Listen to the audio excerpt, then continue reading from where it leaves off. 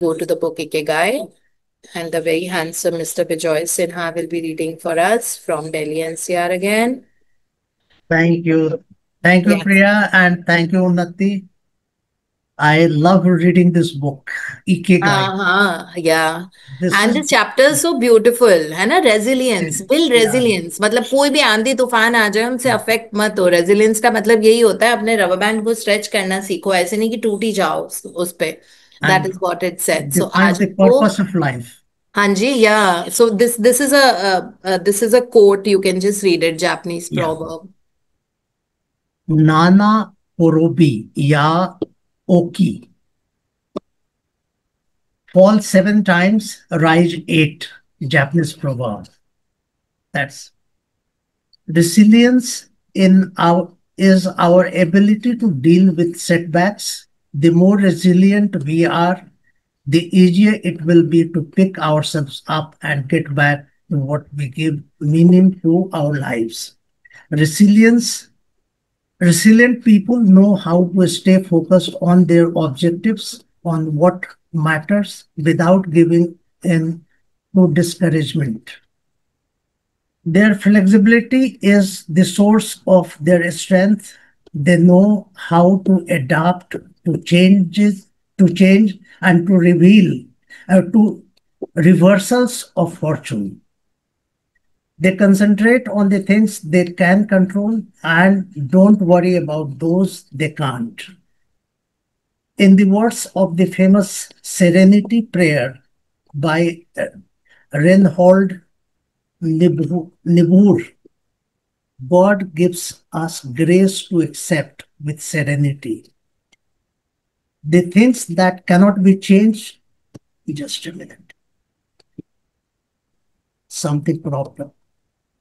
Uh, Like this. yeah. Courage to change the things which should be changed, and the wisdom to distinguish the one from the other. या सो इसमें resilience के बारे में. Resilience का मतलब होता है कि बाहर कितनी भी कठिनाई हो, ये इमोशनल रेजिलियंस की बात हो रही है, कि आपके इमोशंस डिप नहीं हो. कुछ भी हो जाए, उसको अपने लिए पॉजिटिव में यूज करना. तो इसमें यही बताया हुआ है. इतनी सुंदर हाइकू ये पोयम भी लिखी हुई है. उसके ऊपर था, even if you fall 7 times, rise 8 time. Right. So ये बहुत पावरफुल, मतलब वहां पे अर्थक्वेक्स जब आते हैं तो पता लगता है they are into action. जैसे आज अगर सुबह अर्थक्वेक तो बहुत ऐसे आता है ना, और वो क्योंकि समुद्र में, इट्स एन आइलैंड ना जापान, तो वो पूरा की पूरा पानी, पूरा गांव, पूरा शहर के अंदर आ जाता है या कुछ हो जाता है. राइट. सारी बिल्डिंग शेक हो जाती है, इतना डिस्ट्रक्शन होता है. जब 2011 में अर्थक्वेक आया था, है ना, सेम इवनिंग, आई थिंक सुबह दोपहर का टाइम हो रहा था वहां पे, सेम इवनिंग देवर इनटू एक्शन कि कैसे रिस्टोर करना है, लोगों को बढ़ाना. मतलब देवर नॉट वेटिंग कि गवर्नमेंट कोई एक्शन ले. सारे लोग अपनी अपनी ड्यूटी कर रहे थे. अपने घर में खाना बना के उन लोगों को ले जा रहे थे. जो बेचारे बच्चे होमलेस हो गए थे, जिनके पेरेंट्स हैड पास्ड अवे, उन बच्चों को वो अपने घर में लेके आए, उनको बहुत प्यार से रखा. है ना. मतलब इतने ज्यादा इनको वो नहीं था. What we can say is that they are very solution oriented. वहां पे है ना, रेजिलियंस में ये वर्ड आ जाता है, that you are very solution oriented, you are so resilient. आपको कोई चीज ब्रेक नहीं कर पा रही है इमोशनली.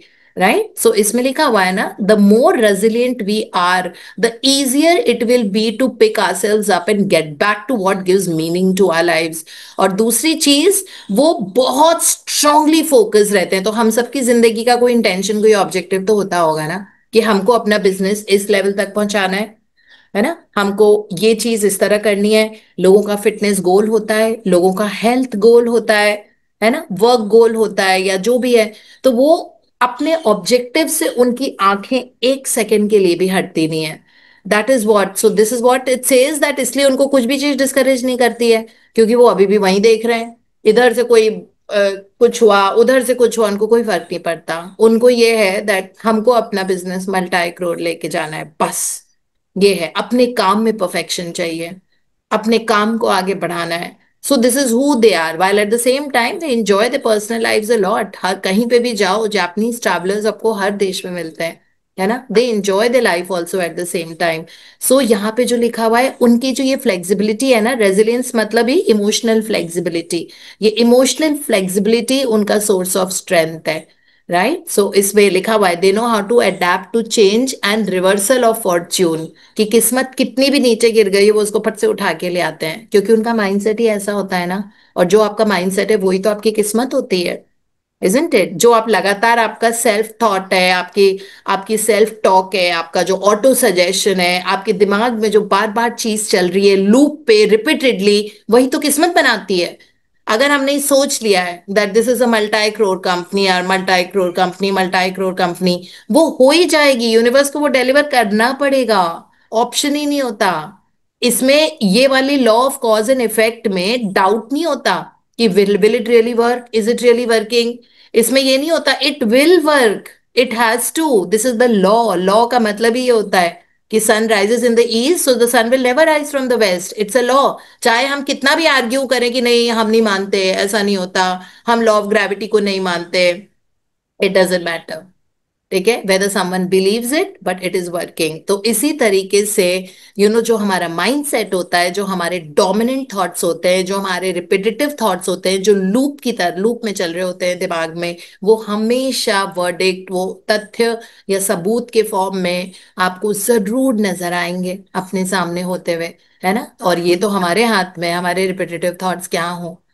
इसीलिए तो हम इतनी बार लिखते हैं कभी कभी, इजंट इट? लिखना, बोलना, सब करना इसीलिए करते हैं ना, ताकि वो हमारी आइडेंटिटी बन जाए।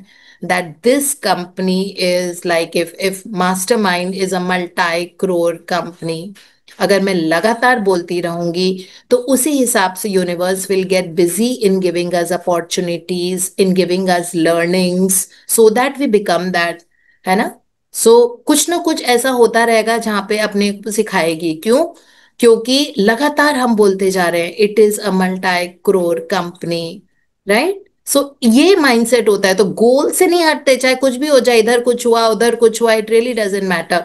गोल से, अपने ऑब्जेक्टिव जो जिंदगी में है उससे आंखें नहीं हटानी। ये जापानीज से बहुत सीखने को मिलता है, and it's such a beautiful prayer. Serenity का मतलब होता है काम, जेन दिमाग, बिल्कुल बिल्कुल यू सीरीन, मतलब you very very calm and cool and nothing affects you. इसमें ये वाली पोयम है, God give us grace to accept with serenity, चाहे कुछ भी हो जाए, मतलब दुनिया में आप बहुत शांति के साथ उसको एक्सेप्ट करो, the things that can not be changed, courage to change the things which should be change, और वो करेज दो, वो शक्ति दो अंदर से जिससे हम वो चेंज कर लें, and the wisdom to distinguish one from the other, और इतनी विजडम दो कि हमको करना क्या है जिंदगी में आगे, है ना, क्या बात सुननी है, क्या नहीं सुननी है, कैसे सोचना है, आगे कैसे बढ़ना है, बस उसी में रहना है, अभी जो है उसमें खुश, और अपने ऑब्जेक्टिव, अपने गोल से अपनी नजरें नहीं हटानी है। बस दो ही चीजें करनी है, बाकी सब यूनिवर्स को करने देते हैं, है ना। तो विजडम होनी भी बहुत जरूरी है कि क्या करना है क्या नहीं करना है, क्योंकि अंदर से कहते हैं ना, फंडामेंटल डार्कनेस बार बार दस्तक देने आती है ना। कभी कंप्लेसेंसी आएगी, कभी लेजीनेस आएगी, कभी कोई कुछ कह देगा, जो लगेगा कि हाँ लेट मी डू दैट, और इस तरह से कुछ ना कुछ, वो कहते हैं ना, 3 obstacles and 4 devils will come from inside, जब भी कुछ नए लेवल पे कोई ग्रोथ होने वाली होती है उसके पहले। राइट, ये भी तो जापानीज ने ही बोला है, बाय द वे, ये भी उन्हीं का है। हाँ जी। Yes. Emotional resilience through Buddhism and Stoicism. Siddhartha Gautam Buddha was born a prince in Kapilvastu, Nepal, and grew up in a palace surrounded by riches. At 16, he married and had a child. Not satisfied with his family's wealth, uh, at 29, he decided to try a different lifestyle and ran away from the palace to live as an ascetic. ascetic. But it wasn't asceticism that he was looking for. It did not offer the happiness and well being he sought. Neither wealth nor extreme asceticism worked for him. He realized that a wise person should not ignore life's pleasure. A wise person can live with these pleasures, but should always remain conscious of how easy it is to be enslaved by them. Zeno of Citium began his studies with Cynics. The Cynics also led ascetic lives, leaving behind all earthly pleasures. They lived in the street, and the only thing they owned was the clothing on their backs. Seeing that cynicism did not give him a sense of well being, Zeno abandoned its teachings to find the school of Stoicism, which centers on the ideas that there is nothing wrong with enjoying life's pleasure as long as they do not take control of your life as you enjoy them. You have to be you have to be prepared for those pleasures to disappear. The goal is not to eliminate all feelings and pleasures from our lives, as in cynicism, but to eliminate negative emotions. Since their inception, one of the objectives of both Buddhism and Stoicism has been to control pleasure, emotions, and desire. Though the philosophies are very different, both aim to curb our ego and control our negative emotions. Both Stoicism and Buddhism are at their roots method for practicing well-being. According to Stoicism, our pleasures and desires are not the problem. We can enjoy them as long as they don't take control of us. Stoics view those who were able to control their emotions are virtuous, as या virtuous. सो Buddhism मतलब ये वाला जो topic है इसमें ये बताया है दैट सबसे पहले गौतम बुद्ध जो थे हम सबको पता है कि वो मतलब इंडिया से ओरिजिन हुआ था, नेपाल में रहते थे, मतलब नेपाल में बॉर्न हुए थे, नेपलीज थे। और जब उन्होंने उनकी शादी हो गई थी 16 साल पे, हमको पता है कि फिर उनका एक बच्चा हो गया था, लेकिन वो एक रात को छुप के, बिकॉज उनको अपनी लाइफ, क्योंकि उनकी कॉलिंग थी ना, मतलब to save the world and to become Lord Buddha. तो उनको पता नहीं अंदर से एक बार वो आया कि ये किस तरह की जिंदगी मैं जी रहा हूँ, सुबह उठना, खाना खाना, फिर किसी चीज की कोई कमी नहीं थी, कोई स्ट्रगल नहीं था, कोई कुछ नहीं था, सारे लोग सेवा करने के लिए आसपास थे, और फिर सो जाओ। तो उनको लगा कि I want to explore life outside, क्योंकि उनका जो वो आम जनता की एक सभा होती है ना, किंग के पैलेसेस में जो होती है, उसमें वो देखते थे कई लोग वो बात करते थे, लेकिन वो उनसे एक्सेस होता ही नहीं था उनका बिल्कुल भी, क्योंकि ये लोग राजा महाराजा ऊपर की तरफ बैठते थे और वो जनता लोग आके अपने अपने इश्यूज बताते थे। तो उन्होंने एक दिन सोचा, let me just leave this palace and explore कि इस पैलेस के बाहर की दुनिया कैसे होती है, क्या होती है।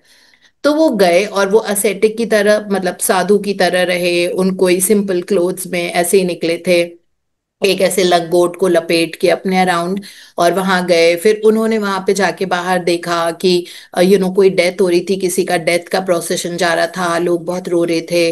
फिर उन्होंने देखा कि एक एक माँ की गोद में एक बच्चा था जो बहुत ज्यादा बीमार था, है ना। फिर वो उन्होंने मिजरी देखी, उन्होंने लोगों को आर्म्स इकट्ठा करते हुए देखा कि खाने को लोगों के पास नहीं था।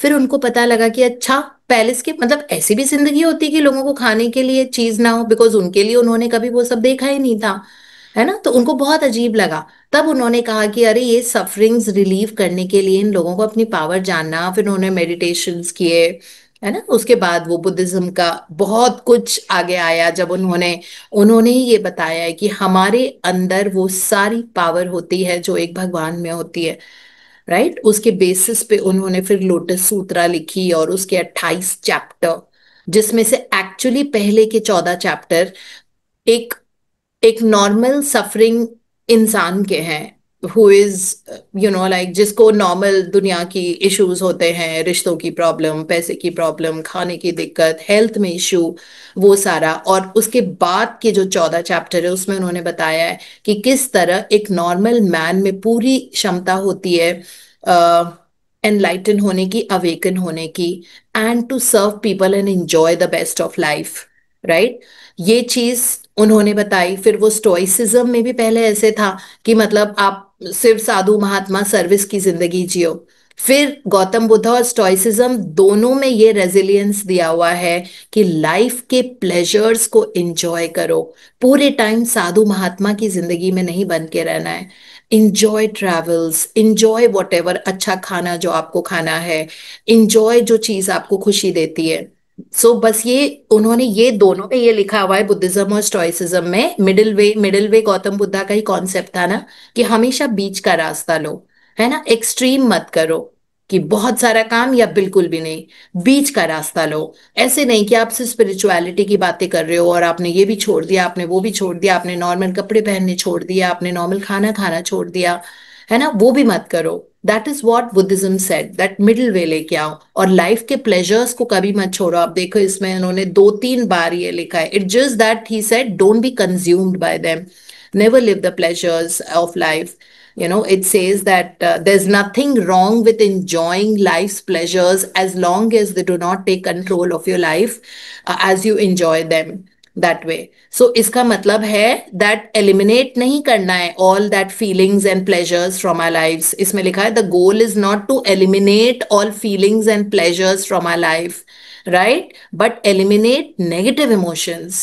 सो नेगेटिव एनर्जी नहीं देनी है। आप इंजॉय करो लाइफ टू द फुलेस्ट, अपने नॉर्मल, आपको जो पहनना हो पहनो, है ना। हम रेजोनेट ही उन लोगों से करते हैं जो बहुत नॉर्मल लाइफ जीते हैं। It is very easy to like run away, go on the Himalayas and stay there, isn't it? It is very easy to do that. वहां पे कुछ रहेगा ही नहीं, आपका इंटरेक्शन ही नहीं है। कई लोग बोलते हैं कि नहीं, इनसे इंटरेक्शन नहीं करना है, बहुत ज्यादा सोशलाइज नहीं करते हैं इस तरह से, लेकिन फिर आपकी रबिंग और स्क्रबिंग होगी ही नहीं फिर, है ना। होगी नहीं आपकी स्क्रबिंग जब तक आप बहुत अलग अलग तरह के लोगों से नहीं मिलोगे और अपने आप को उन सिचुएशंस में डालोगे जो आपने कभी एक्सपीरियंस नहीं की है। तो आपकी स्क्रबिंग होगी नहीं, फिर तो आप कंफर्ट जोन के लूप में ही गोल गोल घूम रहे हो। तो वो कह रहे हैं कि go out, enjoy life, have enjoy the pleasures, बस उनको अपनी वीकनेस मत बनाओ।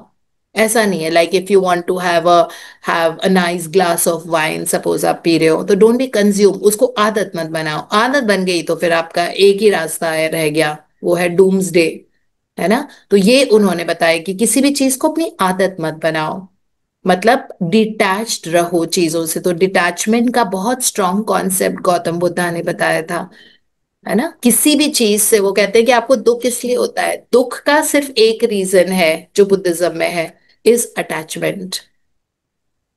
अटैचमेंट टू मनी, तो थोड़ा भी पैसा जाएगा दुख होगा और आप एडजस्ट कोप नहीं कर पाओगे।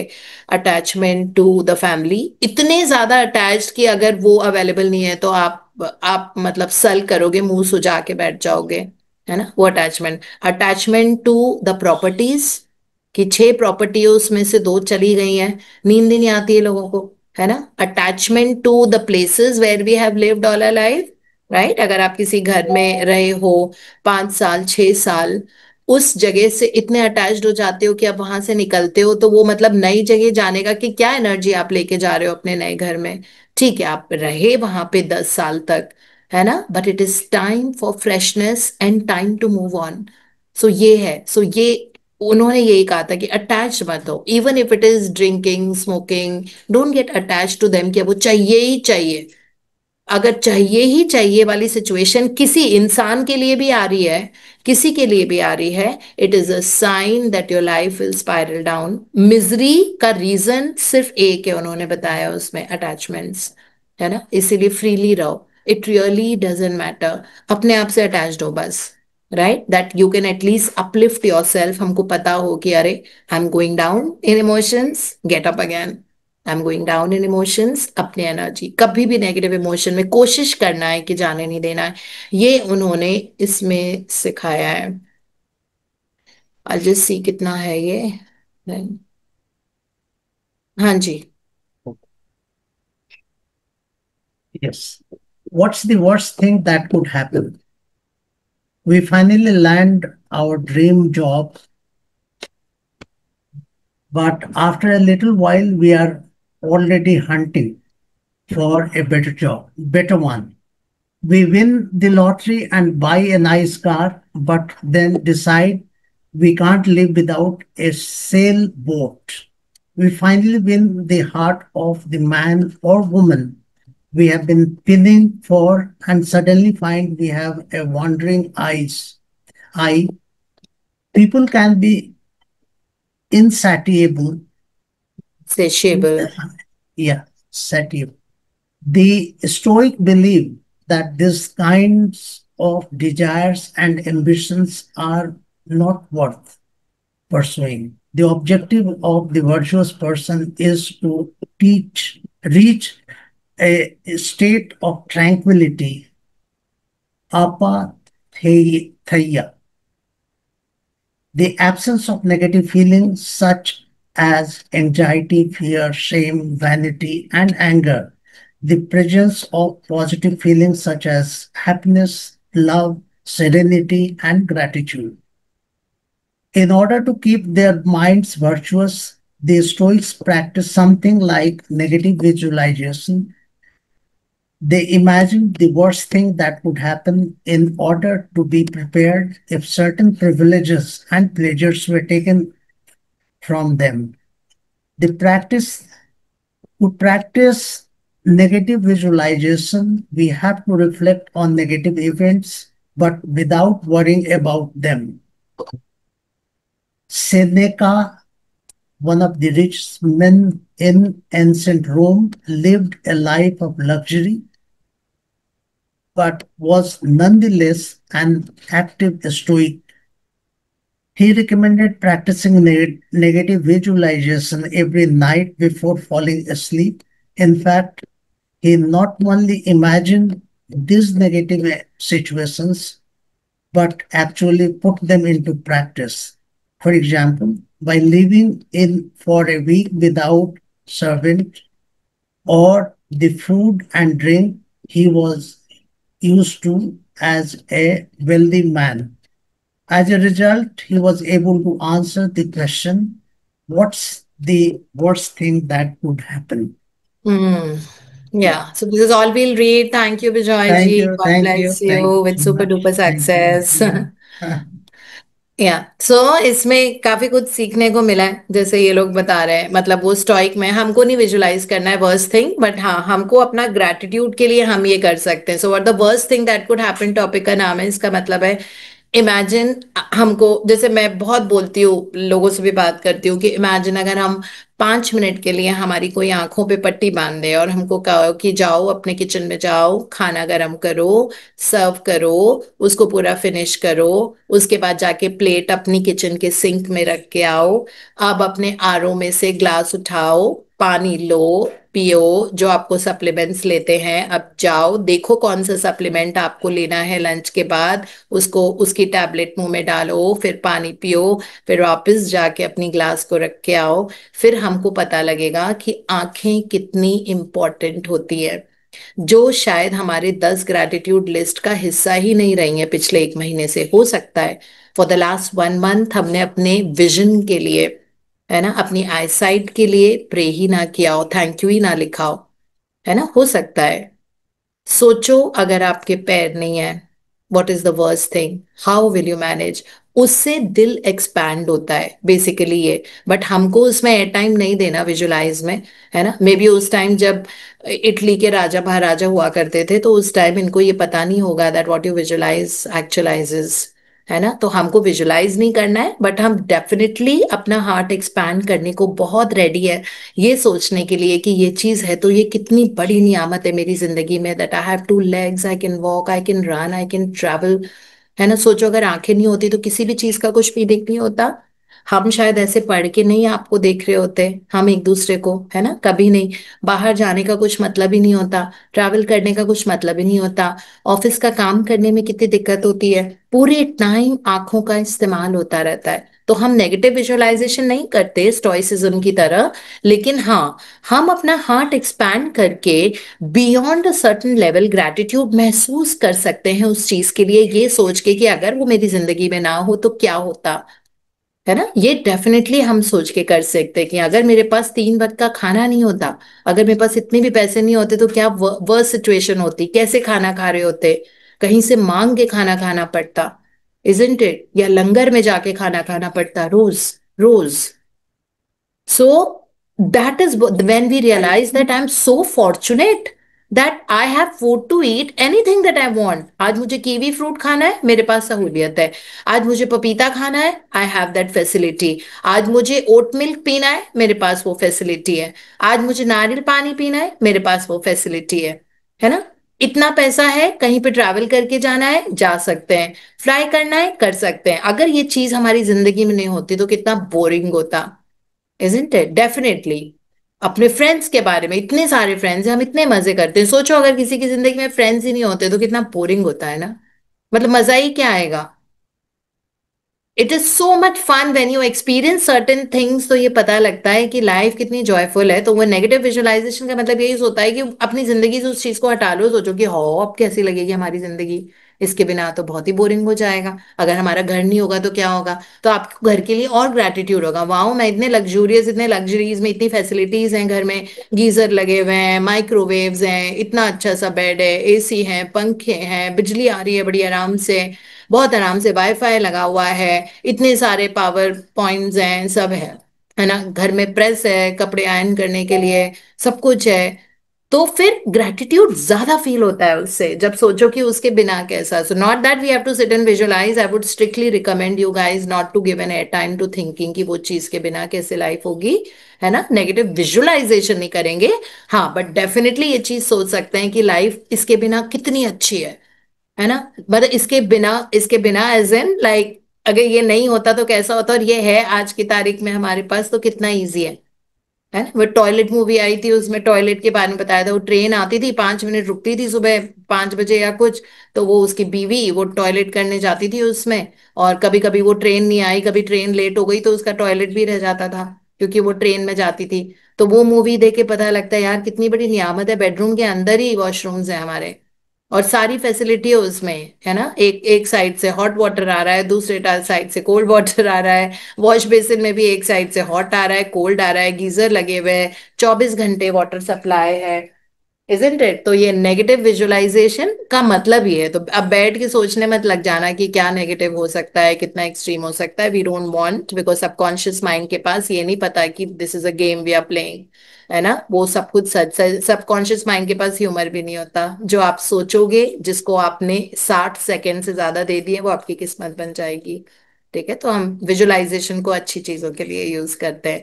और ये चीज उन्होंने जो बताई थी बुद्धिज्म एंड स्टोइसिज्म में, कि हमेशा anxiety, fear, shame, vanity, vanity का मतलब I am the best everybody else is stupid, वो एंगर मतलब इरिटेट होना छोटी छोटी बातों पे, गुस्सा आना, राइट। एंजाइटी, फियर, शेम हमको पता ही है, शेम मतलब गिल्टी फील करना किसी चीज के लिए, ये सारी बहुत नेगेटिव चीजें होती है। तो बुद्धिज्म एंड स्टोइसिज्म में कहा था कि इनको रिप्लेसमेंट वाली फीलिंग्स देनी है of happiness, love, serenity and gratitude, right. तो यही बताया हुआ है उन्होंने यहाँ पे। और वो बताए थे कि वो रोम में जो किंग थे, तो वो अपने आप को ना उन सिचुएशंस में डालते थे कि अगर ये लोग नहीं हो तो मैं जिंदगी में कैसे रहूं, है ना। जैसे वो एक हफ्ता बिना सर्वेंट्स के रहते थे, क्योंकि उन वो तो पैलेस में रहते थे, तो उनको ये था कि मैं बिना इनके, मतलब अपनी आदत नहीं डालना चाहते थे वो, है ना, कि आदत की कोई और कर दे कोई काम, कि ये है। तो हम तो खैर हमने तो हमारे ही अपने पैलेस बनाए हुए हैं हम सबके, है ना, सबके पैलेस ही है, मतलब घरों में रहते हैं जिसमें सारी फैसिलिटी है। तो उस हिसाब से अगर हम भाई, हमें बस ये सीखना है कि हम डिपेंडेंट ना रहें लोगों पे, हम सारा काम स्वयं करना सीखें, किसी भी चीज के लिए, चाहे कुछ भी हो, है ना। मुझे लगता है कि विमेन अपने आप को बहुत सेकेंडरी बना के रखती हैं, और फिर उनको सेकेंडरी ट्रीटमेंट जब मिलता है तो फिर they feel very bad about it, but उन्होंने वो काम ही नहीं किए, ऐसे वाले काम जो मतलब खुद अपने पैरों पे खड़े होना doesn't mean financially independent, to be able to learn everything, to come to that level जहां पे आपको किसी की जरूरत ना पड़े, है ना, that way. So that is what they are saying कि उन्होंने उनको सर्विस, वो अपने आप को ऐसा कर लेते थे कि इमेजिन महल में रह के नौकर चाकर के बिना रहते थे, वो सारा काम खुद करते थे। फूड एंड ड्रिंक भी जो as wealthy man like palace में जो मिलते हैं उससे हटके वो जो नॉर्मल रूखा सूखा खाना खाना वो ऐसे करते थे अपने आप को वो आदत देने के लिए कि मुझे ये आदत नहीं डालनी है इन लग्जरीज की अपनी जिंदगी में। नहीं, बट ऐसा नहीं है, ये थोड़ी सी एंशियंट साइंस है। आप प्लीज अपने आप को लग्जरीज की आदत डालो, बोलते रहो that I love abundance beauty and luxuries, है ना। और उनको इंजॉय करो, और वो जितना ज्यादा इंजॉय करके, बट हाँ, लत मत लगाओ। एडिक्शन एंड डूइंग में फर्क है। अगर वो एडिक्शन बन जाता है आपका, अब वो गड़बड़ है ना। जैसे सोशलाइज करना बहुत अच्छी बात है, लेकिन लाइफ में एक बैलेंस होना चाहिए। ओवर सोशलाइजेशन आपको ड्रेन करने लग जाएगा अंदर से, क्योंकि अब आपको लत लग गई है। सिमिलरली सिगरेट पीना अगर एक दो कोई लेता है तो बुद्धिज्म के हिसाब से भी it's not like bad bad, definitely I am not advocating it's good for health, it is very bad for health, है ना। पहले हर सिगरेट पैकेट पे लिखा होता था cigarette is injurious to health, अब लिखा हुआ होता है दैट स्मोकिंग किल्स। सो बिल्कुल सही बात है, स्मोकिंग डज किल, क्योंकि हमको पता है we come from that medical health sector कि एक्चुअली कितना ज्यादा, मतलब एक सिगरेट पिया और इतना टार जमा होता है अंदर, कार्बन मोनोऑक्साइड गैस चली जाती है जो ऑक्सीजन को रिप्लेस कर लेती है ना। डेफिनेटली ब्लड एकदम थिक हो जाता है, तो ये सारी चीजें डेफिनेटली होती हैं सिगरेट पीने से। But what is that, don't be dependent on that particular thing, that is all that they are trying to say, है ना। तो बस यही है, इतना हम आज पढ़ेंगे। एंड बहुत सुंदर next topic, my all time favourite, meditating for healthier emotions, right. So meditation ने मेरी जिंदगी बदली है, so I would love to explain to you how it happens. That is all we have for today study.